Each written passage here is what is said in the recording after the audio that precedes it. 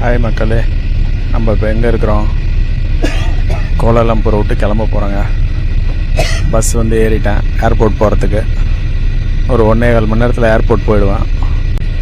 Security check in எல்லாம் பண்ணணும், வேலை இருக்குது.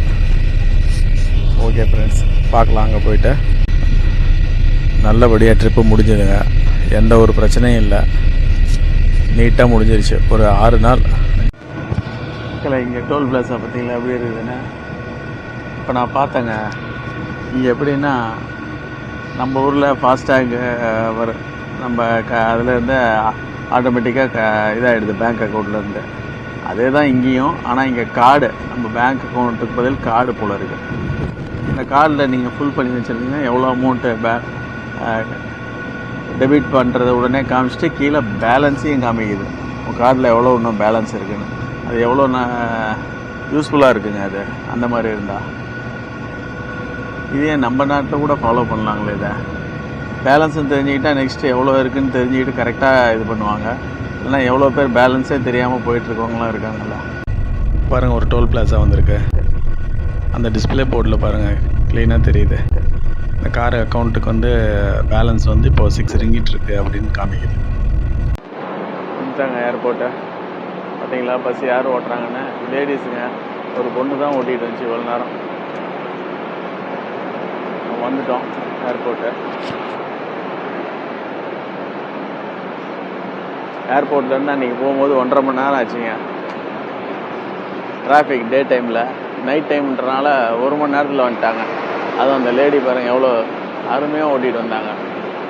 ஏர்போர்ட்டுக்குள்ளே போகலாங்க. அப்படி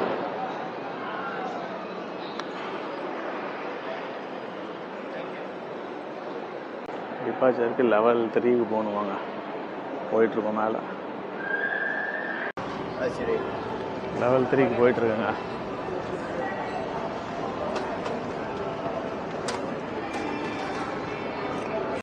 எஸ்கலேட்டர் ரோடில் நடந்து தான் போகணும். மேலே அடுத்த லெவல் போகிறதுக்கு 2 எஸ்கலேட்டர் ஏற வேண்டியதாக இருக்குங்க. ஒரு டிஃப்ரெண்ட்டான கலரில் பாருங்கள் கிறிஸ்மஸ் ட்ரீ. அவ்வளோதாங்க. உள்ள டிபார்ச்சர் ஹாலுக்குள்ளே வந்துட்டுருக்கோம். ஒன்றும் அவ்வளோ க்ரௌடு இல்லை. நைட் டைம்னால க்ரௌடு கம்மியாக தான் இருக்குது. நைட்டுக்கு நியர்லி 12 ஆகிடுச்சிங்க. அதனால் க்ரௌடு கம்மி. பார்க்கலாம் நம்மளோட ஃப்ளைட் கரெக்ட் டைமான்னு பார்க்கலாம். அதில் நம்ம ஃப்ளைட்டில் ரைட் டைம் தாங்க, சென்னை ஃப்ளைட். செக்இன்லாம் ஓப்பன் ஆகிடுச்சு. நம்ம அப்படியே போகலாம் உள்ள. ஃப்ரெண்ட்ஸ், டிபார்ச்சர் ஹாலிலேருந்து அப்படியே செக்யூரிட்டி செக் போய் போக வேண்டியது தான். நம்ம ஏற்கனவே வெப் செக்இன் பண்ணிட்டனால டைரெக்டாக போகலாங்க. இல்லைன்னா இங்கே வந்து செக்இன் பண்ணணும், எல்லாம் வெயிட் போட்டு செக்இன் பண்ணணும். லக்கேஜு நம்மளுது தான் லக்கேஜே கிடையாதுங்களே. 7 kg தானே, ஒரே ஒரு பேக், அவ்வளோதான். அதனால தான் ஃப்ளைட் சார்ஜ் கம்மி. லக்கேஜ்லாம் எடுத்துகிட்டு வந்தால் ஓவராக வரும். நம்ம டைரெக்டாக போக வேண்டியது தான். அப்படியே உள்ளே போயிட்டு அப்புறம் பேசுகிறேங்க. செக்யூரிட்டி செக்லாம் முடிஞ்சது. பேக்லாம் செக்யூரிட்டி செக் முடிஞ்சது. உள்ளே போகலாம். அப்படியே கேட்டுக்கு முன்னாடி போய் உக்காந்துடலாம். டைம் இருக்குது நமக்கு. அது வரைக்கும் அப்படியே ரவுண்ட் அடிச்சுட்டு கேட்டுக்கு முன்னாடி உட்கார வேண்டியது தான். கேட் நம்பர் P7க்கு போகணும். நம்ம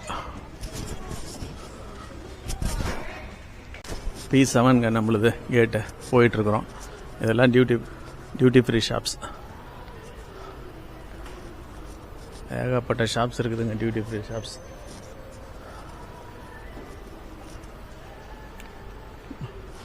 ஆனால் யாருமே இல்லை கடையில்.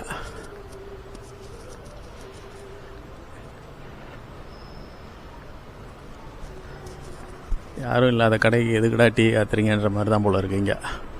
ஸ்வாட்ச்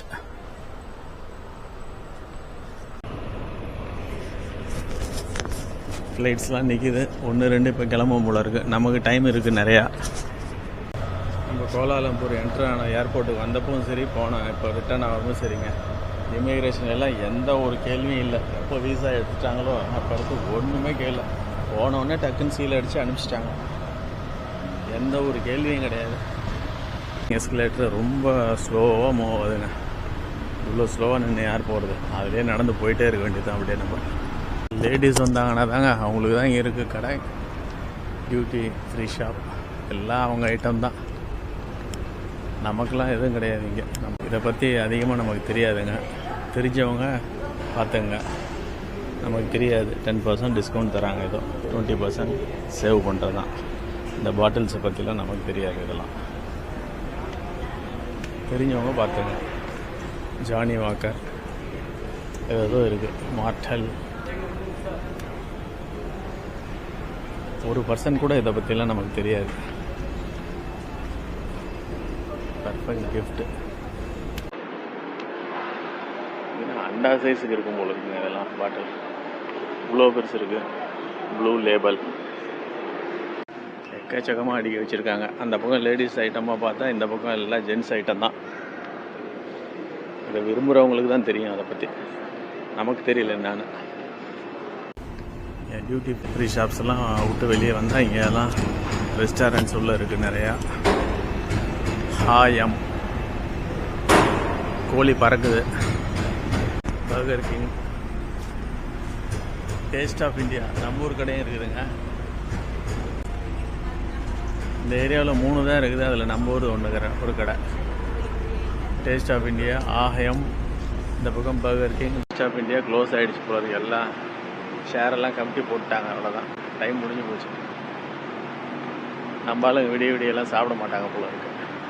அதே பர்கர் கிங்லாம் வச்சுருக்கான். இது எப்போ வேணால் சாப்பிட்டுக்கிட்டே இருக்கலாம் போல இருக்குது.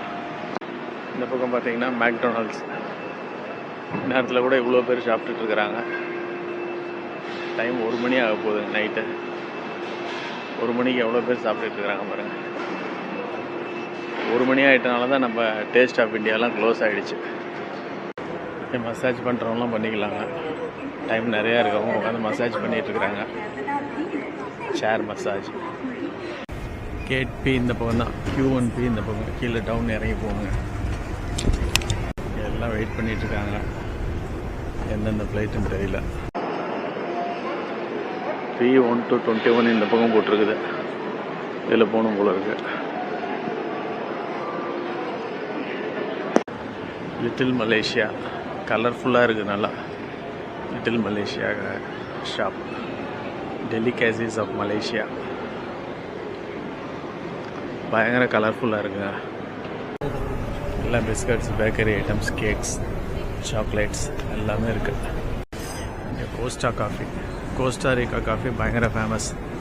எங்கே போனீங்கன்னாலும் ஃபேமஸ் இந்த கோஸ்டாரிக்கா காஃபி. ட்ரை பண்ணி பாருங்கள் யாராச்சும்.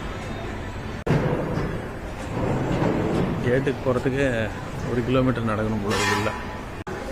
பேட்ரி கார் இருந்துச்சு கீழே. ஆனால் ஏஜ்டு பர்சன்ஸுக்கெலாம் வரலாம் போல இருக்கு. அவங்களாம் நம்மளும் வரலாம். வேணும்னா வெயிட் பண்ணி வரணும்.